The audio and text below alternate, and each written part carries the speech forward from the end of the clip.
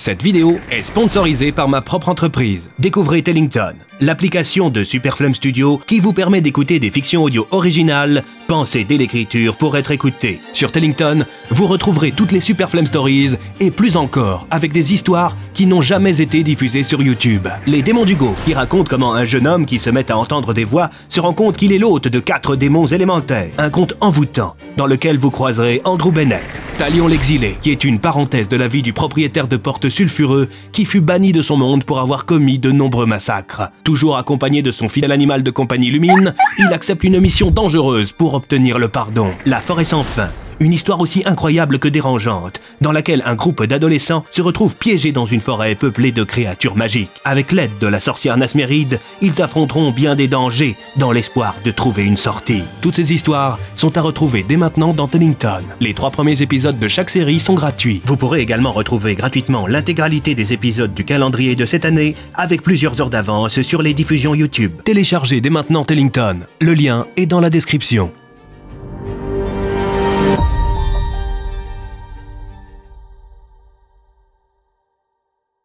Bonjour à tous, je suis content de vous revoir. J'espère que vous allez bien, que vous avez apprécié l'épisode précédent et que vous apprécierez tout autant celui-ci. Servez-vous un petit chocolat chaud, installez-vous confortablement, fermez les yeux et laissez-vous guider par le son de ma voix. Mes amis, nous repartons ensemble pour le monde des Gadia. Soyez les bienvenus dans le 19e chapitre de cette Superflame Story.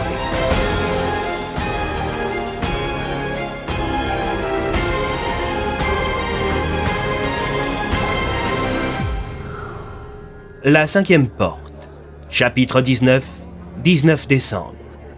Escortés par le colonel Talbot Ferral, Camélia, Émilie, Alias et Tassier purent arriver sans encombre à la taverne du Coupe-Gorge. La scène était plutôt cocasse. La présence du colosse du quartier des silences poussait les gens qui avaient des choses à se reprocher à fuir. Tout le monde s'écartait sur le passage de Talbot. Certains le saluaient de manière hypocrite, en espérant ne jamais avoir affaire à lui. Mais il le savait. « Vous semblez particulièrement craint, monsieur Ferral, » déclara Alias. « Les gens de mon peuple effraient les humains. Il y a beaucoup de légendes urbaines sur les taurins. Comme nous sommes aussi rares qu'imposants, les gens sont souvent choqués de nous rencontrer. » « Eh bien, moi qui pensais que vous étiez une sorte d'humain transformé par un sortilège, » commenta Tassier. « Les premiers des nôtres l'étaient. Mais ça remonte à des temps immémoriaux. La plupart des taurins encore vivants sont leurs descendants. » Quand Talbot passa la porte du coupe-gorge, la salle se vida de moitié. « Je vous laisse aller voir Rodrigue. C'est l'homme qui est derrière le bar. Moi, je vais sécuriser un peu la salle. » Sur ces mots, le taurin croisa ses imposants bras et resta en retrait. Tassier, Alias, Émilie et Camélia s'avancèrent vers le bar. « Vous êtes avec Talbot ?» bredouilla le tenancier. « Ouais, » répondit Alias. « On cherche des informations sur un propriétaire de porte. »« Un Dokipa nommé Cornelius » déclara Camélia. « Je ne sais pas si c'est un Dokipa, mais il y a bien un homme nommé Cornelius qui vient parfois ici.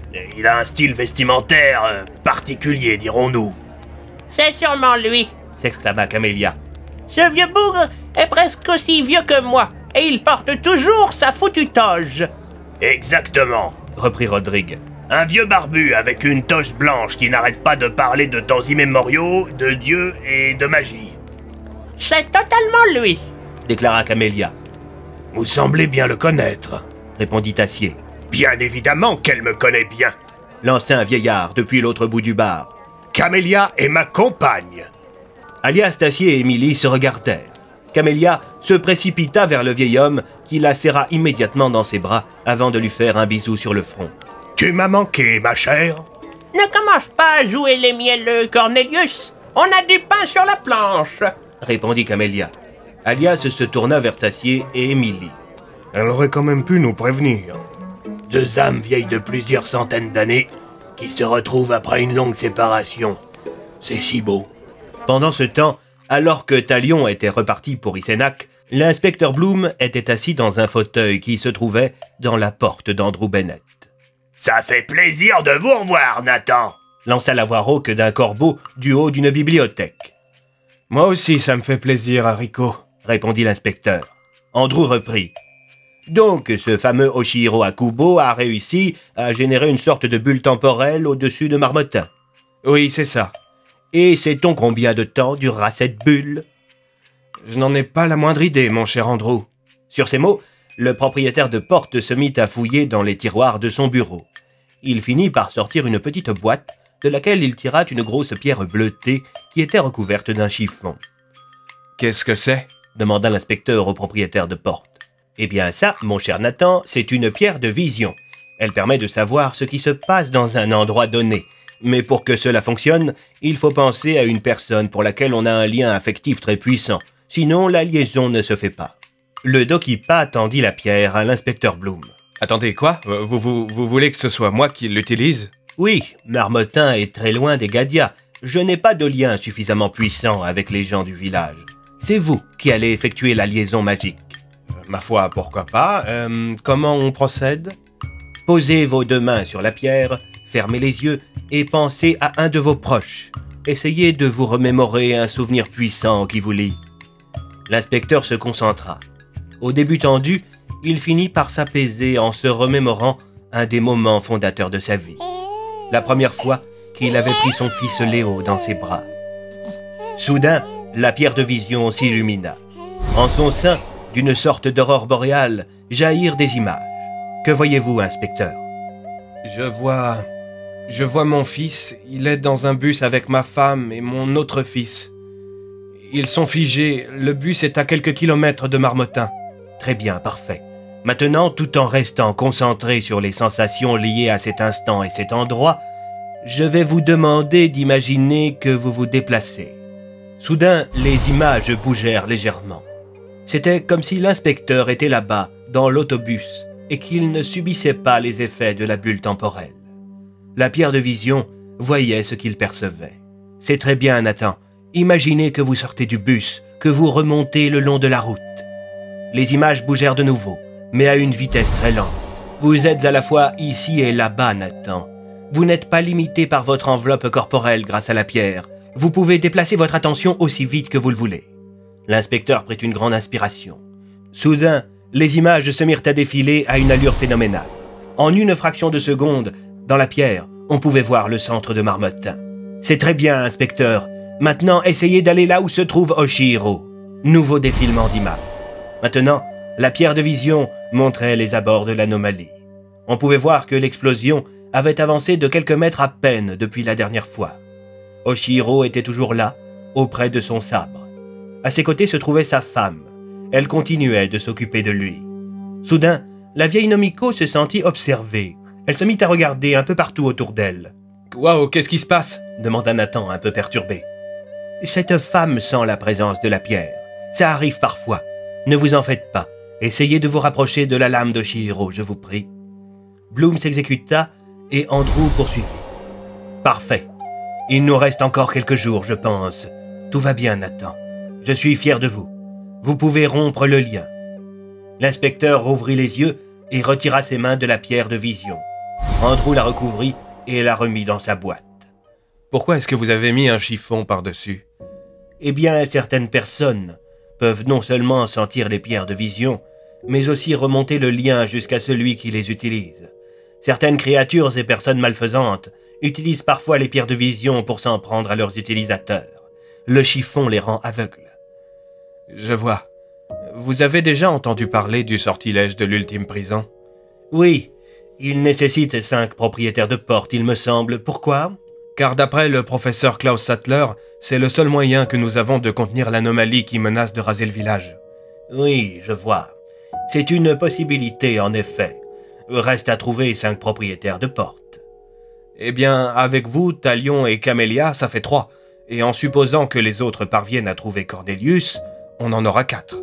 Dans ce cas, il ne nous reste qu'à trouver la 5e porte.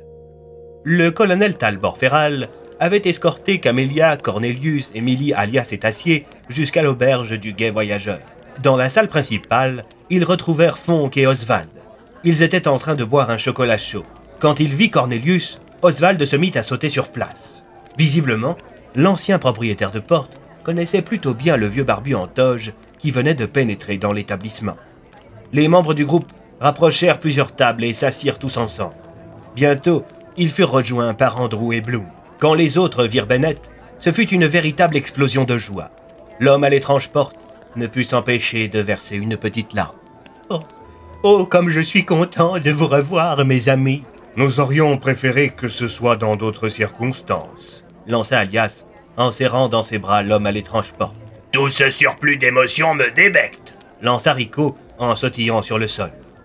Allons, Rico, je t'ai connu plus poli que ça, lança Fonk. Désolé, c'est que j'ai faim. J'ai tendance à être bougon quand j'ai pas ma dose de graines, lança le volatile en regardant Andrew droit dans les yeux. Le propriétaire de porte sourit avant de tirer de la poche de son long manteau des graines de tournesol. « Talion n'est pas avec vous ?» demanda Tassier. Non, il est actuellement au quartier des silences. Il a des choses importantes à gérer de son côté. Il fera une pause quand nous aurons trouvé le 5e propriétaire de porte. Mais pour l'heure, sa tâche est prioritaire. « Et ce qu'il fait est plus important que sauver Marmottin ?» pesta Emily. « Eh bien oui, non seulement il n'est pas originaire de la Terre, mais en plus il doit surveiller les agissements des impériaux, car même si Marmottin est en danger, chaque jour, des milliers de personnes meurent en Negadia à cause de cette foutue guerre. » Emily baissa les yeux. « Quelqu'un a une idée pour que nous puissions trouver la 5e porte ?» demanda Bloom. Cornelius regarda Camélia. « Cornelius, non !» lança la vieille femme. « Le temps presse, Camélia, et je ne connais personne d'autre que l'on puisse solliciter. » « De qui est-ce que vous parlez ?» demanda Cornelius. « D'un sale traître doublé d'un assassin !» répondit Camélia avant de croiser les bras en faisant la moue pareil à un enfant. « Je parle de Jalnar Plume d'Or, l'invocateur de Salmar le Dévoreur !» répondit Cornelius d'un ton sentencieux. « Qui est ce Jalnar ?» demanda Andrew. « Je n'en ai jamais entendu parler. »« C'est un des plus anciens propriétaires de porte, » répondit Camélia. « Un homme horrible. Il a été enfermé et on a jeté la clé pour que jamais plus il ne puisse nuire. »« C'était l'un des premiers des nôtres, » reprit Cornelius. « C'était aussi un des premiers à comprendre que les dieux ne se mêlaient presque plus du sort des hommes. Il a usé et abusé de sa porte et de ses livres. Il s'est vendu aux plus offrants. Il a assassiné des rois et tué d'autres propriétaires de porte. Il a également invoqué Salmar le Dévoreur, un monstre chimérique qui grossit à chaque fois qu'il dévore quelqu'un. Il lui a donné à manger des centaines de personnes. Et Salmar est devenu si grand qu'il a ravagé l'ancienne cité de Hollowheim. C'était il y a plus de 1000 ans. »« Attendez, reprit Bloom. Vous êtes en train de nous dire que ce Jalnar a plus d'un millénaire ? » ?»« Oui. »« Et il est toujours vivant ? » »« Oui, car Jalnar est un des descendants de Pestal, le frère du premier des dieux. Ce genre de personnage ne peut mourir. C'est pour cela qu'il est enfermé. Donc, si je comprends bien, reprit Tassier, vous voulez qu'on propose à un genre de Satan de nous aider. C'est à peu près ça, oui, répondit Cornelius.